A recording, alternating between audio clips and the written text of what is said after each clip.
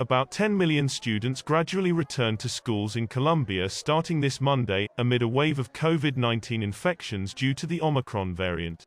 The start of the 2022 academic calendar will be with full presence and without restriction of capacity in educational establishments, the Ministry of Education said in a statement. Some 9.9 million students from public and private schools are called to resume face-to-face classes and a vaccination certificate will not be required, said the head of the portfolio, Maria Victoria Angulo, on Blue Radio. The measure contrasts with the one adopted for entry to massive events, as well as to bars, restaurants, museums, among other places, where the document proving the complete vaccination schedule is mandatory.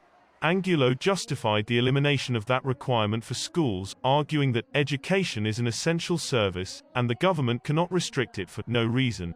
Colombia registered a record of COVID-19 infections on Saturday in almost 2 years of the pandemic, with a report of more than 35,000 cases in one day.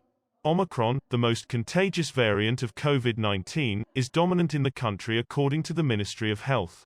Teachers are already in public schools, although positive colleagues with COVID-19 who remain isolated are reported to us. The serious thing about the fourth peak is that the government calls for face-to-face attendance but has not taken a single measure in the face of the variant, he said in his account on the Twitter network FECODE, the most important teachers' union. In 2021, the children studied under a model that alternated virtual and face-to-face classes, but the remote schools showed connectivity problems.